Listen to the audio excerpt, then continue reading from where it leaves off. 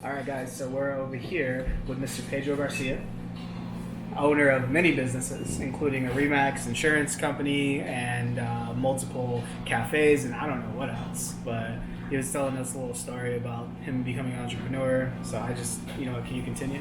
Sure. I was just mentioning that what inspired me to open the cafe was I kind of classify myself as a social entrepreneur. I don't know how else to describe it, but so for that, what that means for me is just creating companies and services that help solve a problem, address a need, while also getting engaged with the community, right? So, like with the Cafe Bank, our idea is to kind of create a hub, to create a community hub where people can come and meet with friends, or meet with family, or meet with customers, and so that was kind of what launched the. I love that. Yeah, social entrepreneur. I love that because it's funny because Judy was telling me, she was like, we got to move you to the Philippines. I was like, what? But I like being with my customers. One of my customers was a hookah lounge. I'm like, I love going to his hookah lounge, just chilling and hanging out with him, right? But social entrepreneur. Can you tell us more about that? Because that sounds like a really cool freaking point. Yeah. All right. For me, what that means is, business is. It can get mundane, right? Like you're selling widgets, right? I could be selling a cell phone, I could sell an espresso, but there's not really much passion behind that after your first couple of sales, Yeah. So for me, I think the most important part of business is how do you maintain the passion and how do you maintain that fire? And so I didn't want to just sell things, right? I never imagined when I was a kid in life that I was going to be a salesperson. Right, but I think when you realize that everyone is a salesperson, yes, that's when you're going to get over that mental hurdle, right? And so for me, I want to be more than just a salesperson. I realized I was a salesperson, but I want to be more than that. Yeah. And so for that means creating companies, creating jobs, creating opportunities for other people, right? Because if I'm just a salesperson, I can make a nice living for myself and my family. But I started thinking, how do I create opportunities for other people and not be in a pyramid scheme or social media or network marketing. Dude, I love your philosophy. I have two questions. Okay, love that philosophy because network marketing. When I was younger, that's actually the first. So the reason why I respect network marketing is because that was the first time anybody ever told me I could be successful. Right, come from the east side, the hood, got into a lot of trouble. And I thought I was going to be in jail for the rest of my life. But then somebody from a network marketing company was like, no, you can be successful even without a degree. So that's the only reason why I respect those companies. To this day, I don't like the message that they send, a lot of stuff. But first question is going to be, who are you the first entrepreneur in your company or in your family, or were there other entrepreneurs in your family before you? So I kind of took the traditional path. I was told to kind of just go to school and get a job and get a mortgage and the school debt and the car debt, and that's what I did, right? And so kind of hindsight's 20/20. So just kind of looking back, I would have done it over. I would have done it differently.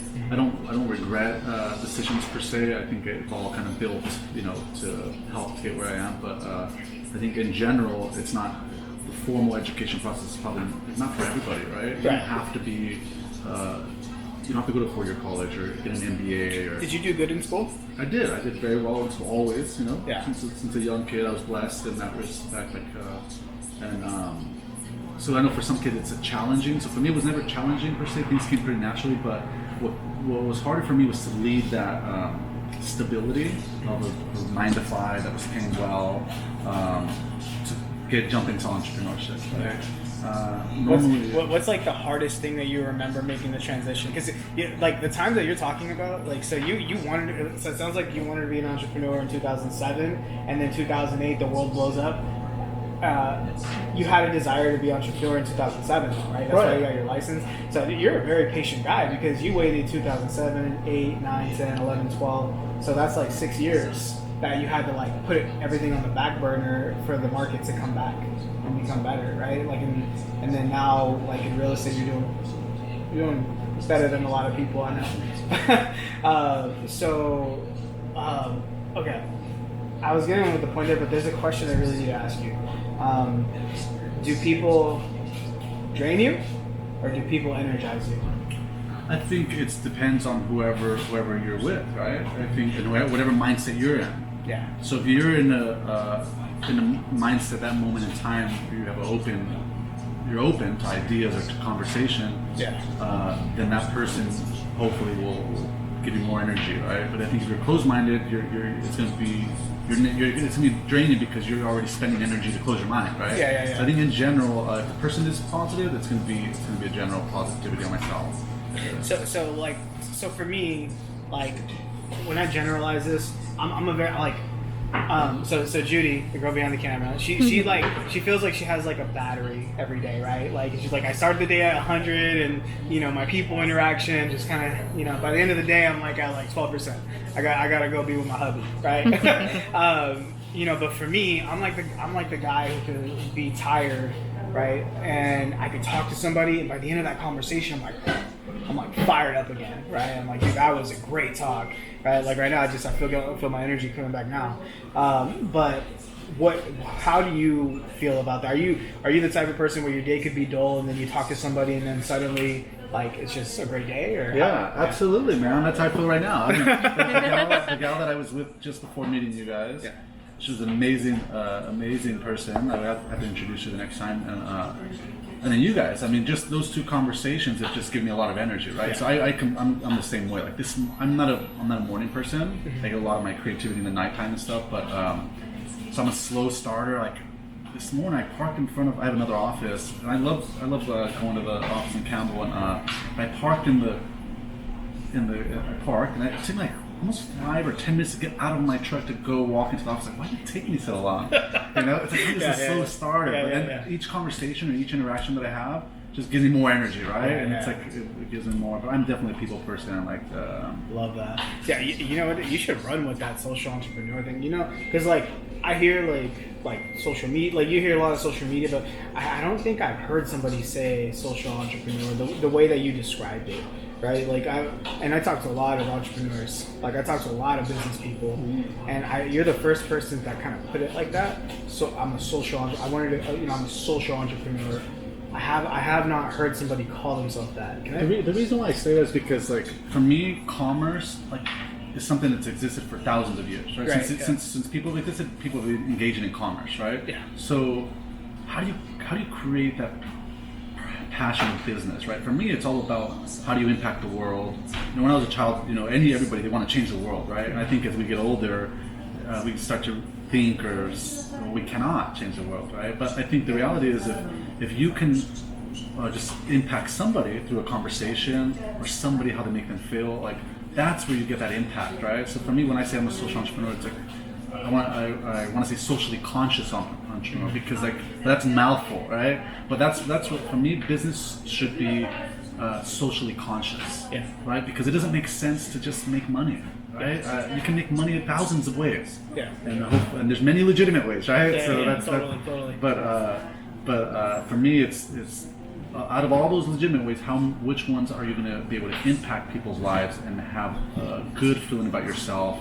Because at the end of the day, or at the end of your life, when you're when it's all said and done, you want to be able to have said like, I made an impact, right? So, do you have business partners? No, my mom's my business partner. She's my boss.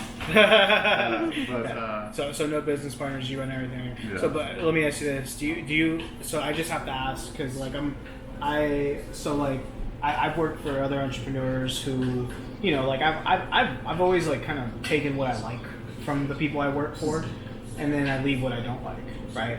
Especially because like there's been entrepreneurs that I've worked for that like in their mind the way that they think is the only way that business can exist to them, and I don't believe that, right? I think there's many different ways to make money, like you're saying, but do you have people that you ever put on like a percentage plan, like meaning like, hey, if you help me grow this cafe, I'm gonna come up with a special comp plan for you. Do you ever do that? I haven't. I should, but I haven't. One concept that I've really been wanting to toy with, like you were mentioning about network marketing, right? Like I'm not involved with any network marketing companies, and my company's not structured as a network marketing company. Yeah.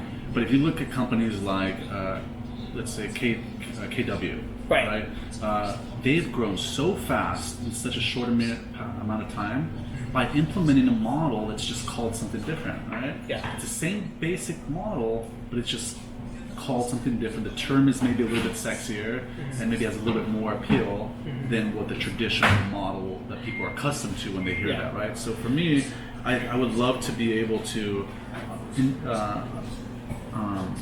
invite people to participate in our growth by being early on customers and brand ambassadors or kind of an arrangement that you described. Yeah, but, so I haven't done that. So right now for Optima Boost, right now what we're doing for our first customers is we're creating an affiliate program, and so I've always been like the kind of guy to put other people on, right? I love building people up. I love I usually see people for. When I look at somebody, I never look at them for who they are. I look at them for who they could be, right? Like right now, the person I'm meeting today is like a multi-billionaire. Like your energy is amazing. I'm just paying attention to everything that you have going on. It's incredible. But for me, no but. And for me, one of the things that we're doing for Optima Boost is we created a very aggressive affiliate program for referrals, right? And I envision that in the future, for the customers that continue to refer us because they like our service, I envision us writing $8,000-$10,000 per month checks recurring every month and turning Optima Boost into like a form of income for other companies, right? Is the way that I'm kind of structuring everything right now with our margins, and I want a lot of people to win. And I think too, like we can look at like the Jewish people, right? And it's like, why do people like doing business with them? Everybody wins, right? They make sure that when you're doing business with them, like everybody makes money, so they want to continue to do business with you, right? And on top of that, I feel like we're solving a real big problem that I don't know that anybody else is addressing. I don't know that anybody else is solving the same issues that we're solving. And I might just be naive, right? There likely is somebody else who's like thinking of something similar, but nobody that I know personally, right? So this is why I always want to ask, just like from one entrepreneur to another, right? Because I like giving people incentives. I like when it's like, hey, I'm going to give you 15% of the gross profit from here if you get it past a certain point, right? Because then I feel like that's how the kind of plans that I've always been on, and I think that's why I've always grown other people's companies, because I see the carrot, right? Like I see the carrot, and the carrot's it's big enough and it's tasty enough and it's close enough, and like that's the reason why I'm able to grow the companies. Now I'm 27 now, and this is going to be the first time I do it for myself, right? And this is the hardest thing I've ever done, because growing your company is easy. You pay me a salary, I don't have to worry about anything. Growing it for yourself, and you have to worry about everybody's salaries and it's a completely different ballgame. Right. So, but yeah, that's why I wanted to ask you. But Thank you. So you guys, for those of you who don't know Pedro, I'm gonna actually put his website. We'll put a little screen right now. It should be his website, social media. We'll put a separate screen because Remax, we'll just have one for the Remax and we'll have one for his other businesses. But you guys feel free to reach out to Pedro. And yeah, thank you for spending time with us today. Thank you. I really appreciate You're it. really well spoken. Thank you. I really appreciate you guys taking the time to meet with me. Yeah. You want to say anything? Thank you for anybody viewing, and I hope to meet you guys in person. Visit us, please, whenever you have a second. We're the first realty cafe in Silicon Valley, and we're really trying to make something special for the community here.